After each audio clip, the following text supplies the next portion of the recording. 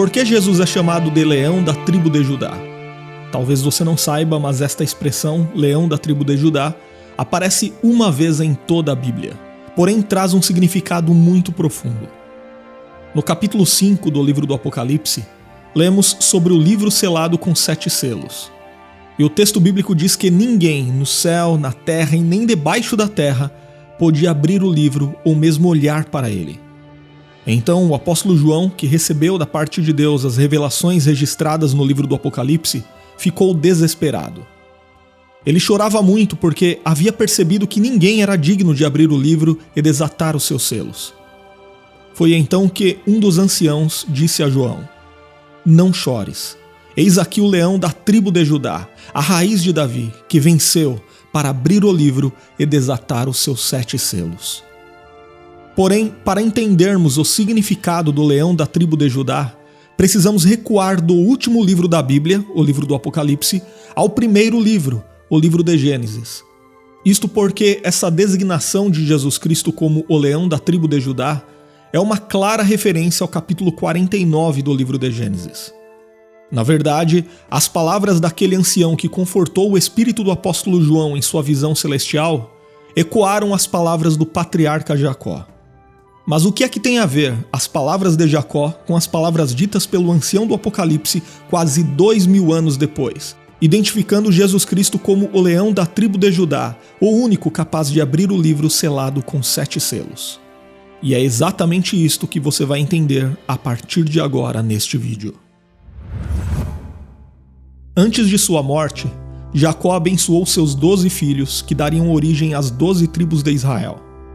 A Judá, seu 4º filho, Jacó proferiu uma bênção que é tanto uma previsão quanto uma promessa. Ele disse o seguinte, lá em Gênesis capítulo 49, versículos 9 e 10. "Você é um leãozinho, ó Judá. Você vem subindo, filho meu, depois de matar a presa. Encurva-se e deita-se como um leão, e como um leão velho. Quem o despertará? O cetro não se apartará de Judá, nem o bastão de comando de entre seus pés, até que venha aquele a quem ele pertence, e a obediência das nações é sua." À primeira vista, esta parece ser uma declaração um pouco confusa, mas nós já iremos entender o seu significado e o que ela tem a ver com Jesus Cristo. A figura do leão nos textos bíblicos, por vezes, significa força, valentia, coragem e ousadia. Nos tempos bíblicos, os leões eram comuns nas regiões de Canaã, e dessa forma, os leões fizeram parte do simbolismo político e religioso da época. Para os judeus, o leão era a mais poderosa das feras, e por isso ele ilustrava a pessoa de um rei e representava a imponência de um governo. E considerando esse pano de fundo, fica fácil então compreender o uso da figura do leão na bênção de Jacó. Ao dar sua bênção sobre seus descendentes, Jacó distinguiu Judá de seus outros filhos, indicando que a tribo proveniente dele seria aquela que governaria. Por esse motivo, o patriarca designou Judá como filhote de leão. Então, essa bênção não somente estabelecia a tribo de Judá como a líder entre as tribos do povo de Deus, mas também antecipava a vinda de um grande governante messiânico, cujo domínio se estenderia além das fronteiras de Israel. Essa promessa de liderança e realeza de Judá foi primeiramente materializada na figura do rei Davi, que era originário desta tribo. Davi estabeleceu um reino unificado em Israel, com Jerusalém como sua capital, e escutou de Deus a promessa de uma dinastia eterna, ou seja, da linhagem de Davi surgiria um rei que reinaria eternamente, cujo reino não se limitaria a um domínio terreno, mas implicaria em um governo eterno e justo. Assim, a figura do leão era um símbolo adequado para representar a linhagem real davídica da tribo de Judá, consolidando a expectativa messiânica em torno dessa linhagem. Dessa forma, as palavras iniciais de Jacó no livro de Gênesis passaram por Davi e finalmente encontraram seu cumprimento pleno na pessoa de Cristo, o legítimo leão da tribo de Judá. Porém, de forma incrível, ao longo da história do Antigo Testamento, profecias messiânicas montaram um quadro de um Messias que seria tanto um rei poderoso quanto um servo sofredor. Essas profecias prepararam um cenário para a vinda de Jesus, que, paradoxalmente, trouxe o reino de Deus não por meio do poder terreno, mas através do serviço e sacrifício. É por isto que não podemos falar de Jesus como o leão da tribo de Judá, sem falarmos dele também como o cordeiro imolado. Nós sabemos que o leão e o cordeiro são duas figuras completamente opostas na natureza. Um é símbolo de ferocidade, valentia, poder, força, domínio, enquanto o outro é símbolo de mansidão, submissão, doçura. Mas então como podemos entender o fato de que Jesus é, ao mesmo tempo, leão e cordeiro? Para respondermos esta pergunta, precisamos considerar a forma como as promessas messiânicas foram cumpridas em Jesus. O cumprimento dessas promessas em Jesus foi evidenciado desde o seu nascimento em Belém, a cidade de Davi, conforme profetizado em Miqueias, capítulo 5 e versículo 2. Seu nascimento nesta localidade não foi um mero acaso geográfico, mas uma confirmação divina de sua identidade real messiânica. Durante seu ministério, Jesus demonstrou sua autoridade sobre a lei, a natureza, os demônios e a morte, e perdoando pecados, atos que apenas Deus poderia realizar. Seus ensinos, parábolas e milagres revelavam um reino que transcende fronteiras terrenas, oferecendo libertação espiritual e restauração. Mas apesar de sua linhagem davídica e cumprimento das profecias, Jesus enfrentou rejeição por parte dos líderes religiosos de sua época, que esperavam um Messias político-militar. Então ele foi traído e condenado à crucificação por aqueles que deveriam honrá-lo. E neste ponto, podemos entender perfeitamente a forma como Jesus é apresentado como leão e cordeiro na Bíblia. A figura do leão, com toda a sua força, imponência e majestade, é historicamente associada à realeza e ao poder. Em certo sentido, Jesus, como leão da tribo de Judá, simboliza a autoridade suprema e a soberania divina sobre toda a criação, o pecado e a morte. Essa imagem reflete a natureza divina de Cristo, sua posição como o Messias prometido e sua vitória final sobre o mal. Inclusive, no contexto bíblico, a vitória do leão da tribo de Judá sobre o mal é uma garantia de justiça e restauração. Jesus, ao ressuscitar dos mortos, demonstrou seu poder invencível, estabelecendo-se como o vencedor prometido que haveria de triunfar sobre o pecado e a morte, assegurando a esperança da redenção para todos que nele creem. Mas, paradoxalmente, Cristo é também o Cordeiro que foi morto, uma imagem que aponta para o tema do sacrifício pelo pecado no Antigo Testamento. Esse Cordeiro, no entanto, é singular, pois seu sacrifício na cruz foi definitivo e suficiente para a redenção da humanidade. Através de seu sangue, somos purificados de nossos pecados e reconciliados com Deus. Nesse sentido, a natureza do Cordeiro enfatiza a humildade e a obediência de Cristo, que, embora sendo Deus, esvaziou-se, assumindo a forma de servo. Sua submissão à vontade do Pai, mesmo diante da morte de cruz, revelou a profundidade de seu amor e sua dedicação à redenção do seu povo. Ele levou sobre si todo o nosso pecado. Ele suportou toda a ira de Deus até as últimas consequências e venceu a morte, impondo uma derrota esmagadora a Satanás. Ele morreu como um cordeiro sacrificado, mas ressuscitou como um leão vitorioso, que conquistou o direito de ser o único, digno de abrir o livro da história e desatar os seus selos. Jesus Cristo governa o universo segundo o decreto eterno do Pai, e seu governo jamais terá fim.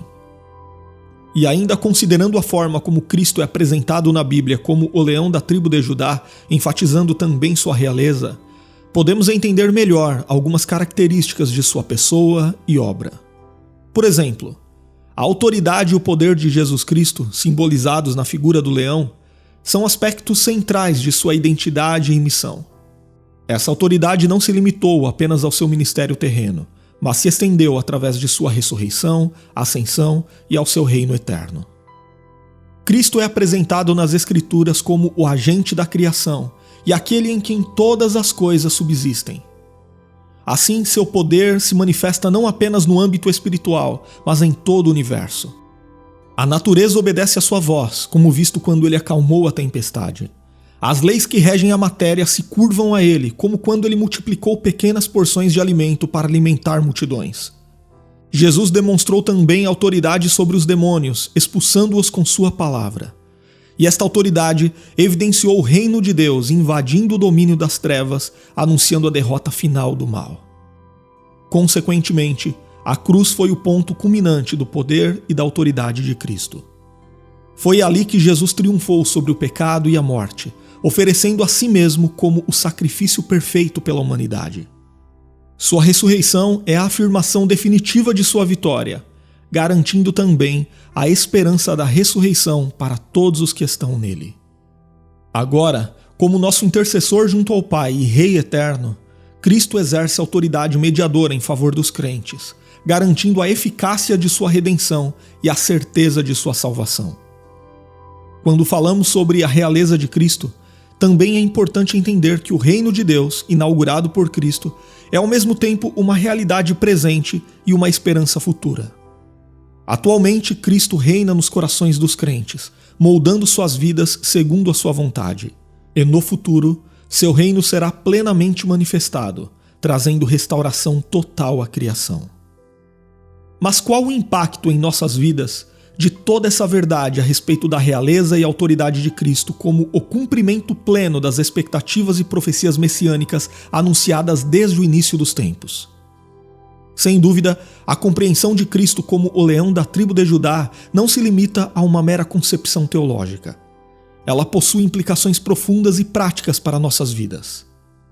Sobre isto, podemos começar dizendo que, ao reconhecermos Jesus como o leão da tribo de Judá, somos chamados a adorá-lo e louvá-lo não apenas por sua obra redentora como Cordeiro de Deus, mas também por sua majestade e poder como nosso Rei soberano. Essa verdade deve inspirar nossas orações, nossos cânticos e toda forma de adoração. Além do mais, reconhecer Jesus como o leão da tribo de Judá também significa aceitar seu senhorio em todas as áreas de nossas vidas. Sob o senhorio de Cristo, somos chamados a viver uma vida de poder, transformados pelo Espírito Santo, para refletir o caráter de Jesus. Isso implica em uma entrega voluntária da nossa vontade a dele, buscando sua direção em nossas decisões e ações, e confiando sempre em sua soberania, mesmo nas circunstâncias mais adversas. Essa submissão a Cristo é demonstrada por meio da obediência aos seus ensinamentos e de uma vida pautada pelos princípios do reino de Deus. Consequentemente, sabendo que Jesus, o leão da tribo de Judá, venceu e é digno de abrir o livro e desatar seus selos, podemos ter a certeza de que a vida não é governada pelo acaso, e assim também podemos ter confiança diante de qualquer situação e das lutas espirituais que enfrentamos. A certeza de que Cristo já obteve a vitória definitiva nos fortalece e nos encoraja a perseverar na fé. Sabendo que pertencemos ao reino do vencedor supremo, somos encorajados a enfrentar o que for necessário. Além disso, a imagem de Cristo como o leão da tribo de Judá nos lembra da esperança escatológica que temos em sua segunda vinda e no estabelecimento final de seu reino. Afinal, o livro da história está em suas mãos. Essa esperança deve motivar nosso testemunho e proclamação do Evangelho, compartilhando com os outros a certeza da redenção e da vitória final que temos em Cristo. E por fim, reconhecendo que o governo do leão da tribo de Judá se estende a todos os aspectos da criação, somos também chamados a promover a justiça, a paz e a reconciliação em nosso meio, refletindo desta forma os valores do reino de Deus através de nossas vidas. Então, para concluir, podemos dizer que a imagem do leão da tribo de Judá, conforme revelada no livro do Apocalipse, não apenas aponta para Cristo como o cumprimento das promessas messiânicas feitas à linhagem de Davi e à tribo de Judá, mas também como o soberano rei que venceu o pecado, a morte e o império das trevas, e que possui autoridade para conduzir a história ao seu clímax final.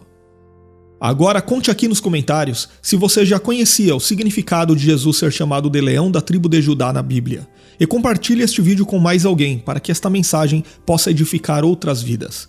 E se você também tem vontade de crescer ainda mais no conhecimento da Palavra de Deus de uma forma profunda, detalhada e organizada, eu te convido a estudar teologia conosco de qualquer lugar, totalmente online, através de videoaulas, apostilas e certificado de conclusão. Eu vou deixar as informações na descrição do vídeo e no primeiro comentário.